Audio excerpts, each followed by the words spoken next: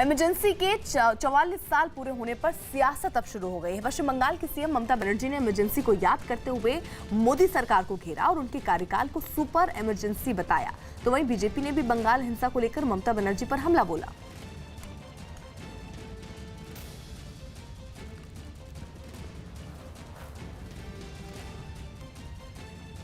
वहीं पश्चिम बंगाल की सीएम ममता बनर्जी ने इमरजेंसी को याद करते हुए मोदी सरकार पर हमला बोला।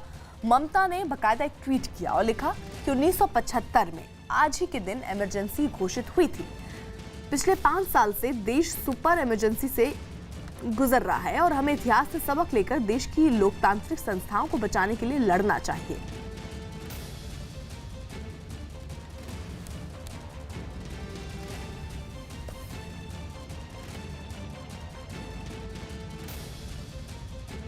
डिफीट के डिप्रेशन का इलाज जो है वो अहंकार और अराजकता नहीं बल्कि आत्मचिंतन है।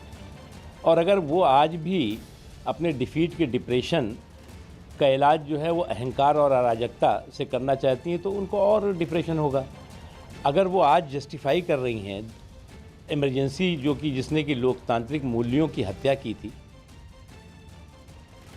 आपातकाल के मसले पर प्रधानमंत्री ने भी ट्वीट करके उन सभी लोगों को ये याद किया है जो आपातकाल के खिलाफ लड़े थे। बात करते हैं केंद्रीय मंत्री साध्वी निरंजन ज्योति। साध्वी जी, प्रधानमंत्री जी ने उन सभी को याद किया है जो आपातकाल के खिलाफ लड़े थे। बीजेपी अध्यक्ष अमित शाह ने कहा है कि आज के दिन लोकतंत्र की हत्या राजनीतिक हितों के लिए की गई थी।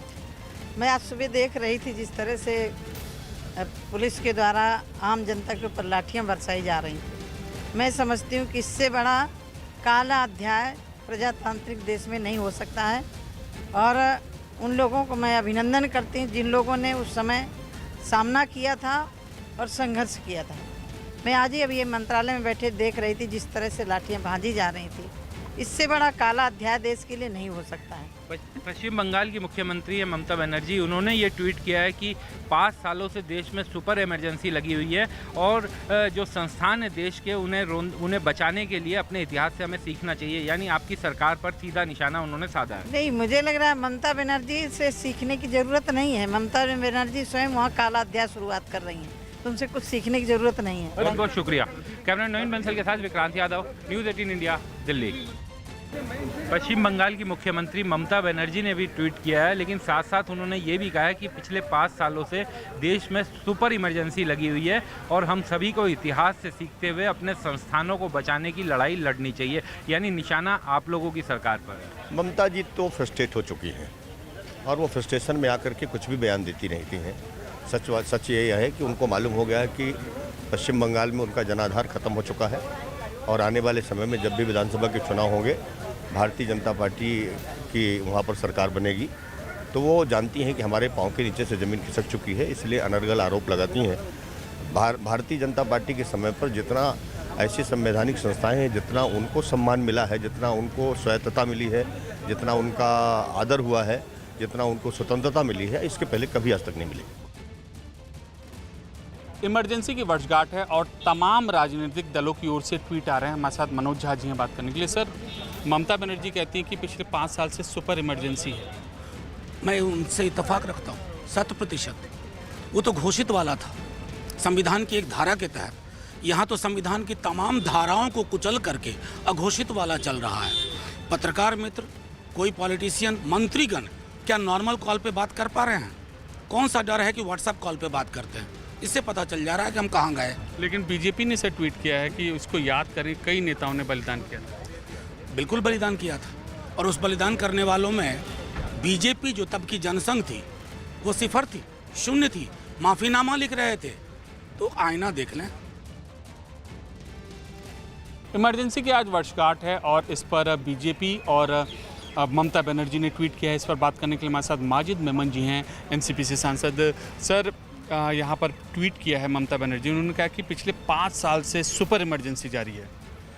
देखिए, हम लोग भी अक्सर ये कहते हैं कि जिस वक्त इमरजेंसी थी उस वक्त देश में एक अंधेरा छाया था और संविधान को परे रखते हुए जनता के मन में खौफ का आलम था।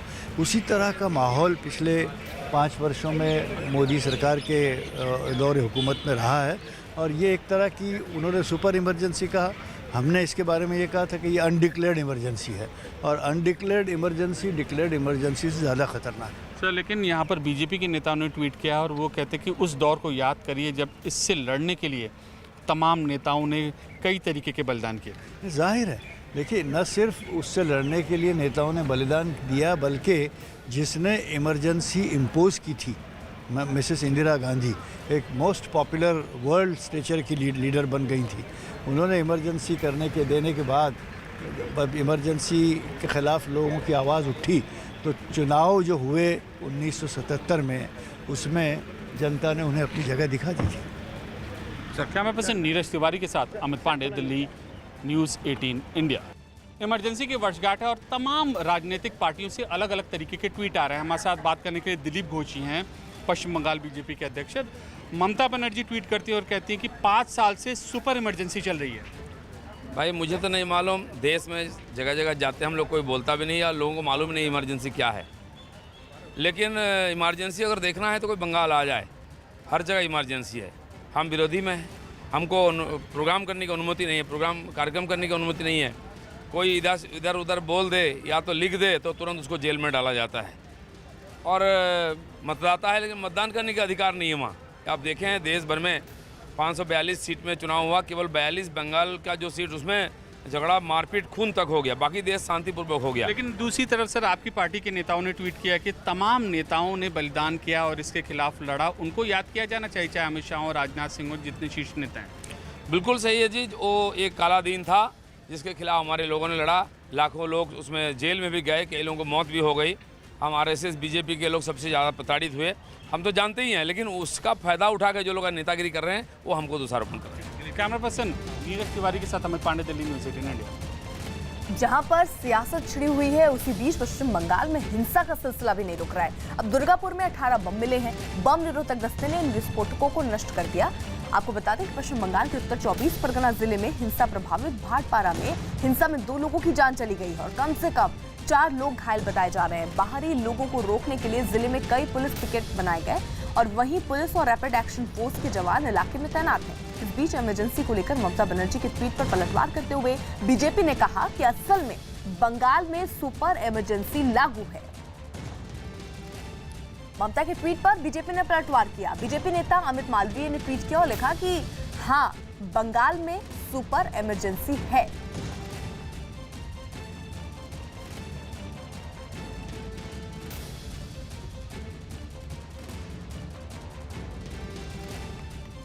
और इस बीच देश में इमरजेंसी के 44 साल पूरे होने पर लगातार प्रतिक्रियाएं भी आ रही हैं। पीएम मोदी ने इस मौके पर इमरजेंसी का विरोध करने वालों को सलाम किया। इस दौरान पीएम ने इमरजेंसी का एक वीडियो भी पोस्ट किया। वहीं गृह मंत्री अमित शाह ने भी 1975 की घटना को याद किया।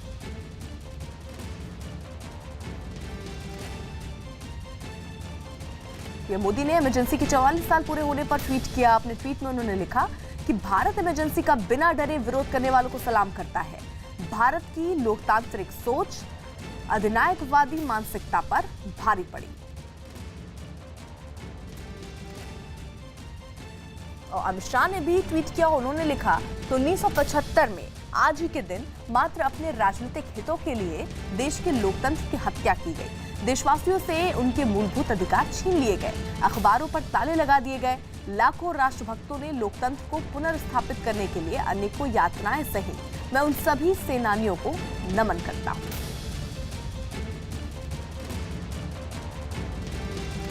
इसी बीच बता दें आपको कि अमित शाह कल 2 दिन के कश्मीर दौरे पर जाएंगे। अमित शाह इस दौरान अमरनाथ शिवलिंग के दर्शन भी कर सकते हैं। गृह मंत्री अमित शाह अमरनाथ यात्रा की सुरक्षा का जायजा लेंगे और सुरक्षा बल की तैयारियों को भी देखेंगे। यात्रा के दौरान गृह मंत्री खुफिया और सुरक्षा एजेंसियों के साथ श्रीनगर में एक उच्च स्तरीय बैठक भी करेंगे। ये यात्रा सिर्फ कश्मीर की ही होगी। फिलहाल इस यात्रा के कार्यक्रम में जम्मू और लद्दाख का कार्यक्रम शामिल नहीं है।